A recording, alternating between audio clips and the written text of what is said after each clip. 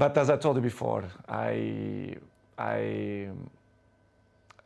have to hold that we had at least Bella, Yes. which is the most important. One die and one survive, but it's difficult to explain. How did you explain it all to your other children?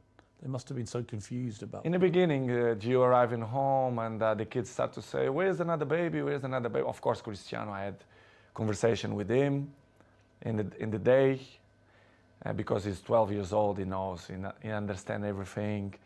And I had a nice conversation with him. We cried together in his bedroom, and he explained, and it's kind of, he didn't understand. He understand, but in the same way, he was a little bit confused.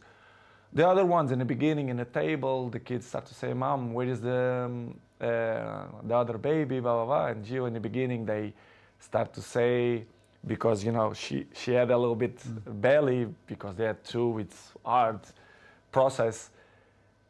And after 1 week, I say, let's be frontal. Let's be honest with the kids.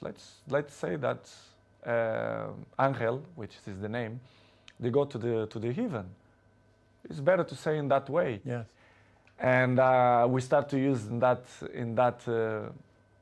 way. And the kids always understand when we had shots in the table, and they say, "Daddy, I did this for Angel," and they point out for the sky, which is I say, and I like it the most because it's part of the lives, and I'm not gonna lie to my kids to say the truth, which was a difficult process. But in the same way, I become more father, more friendly of them. They become more close to his daddy, especially me with Georgine as well.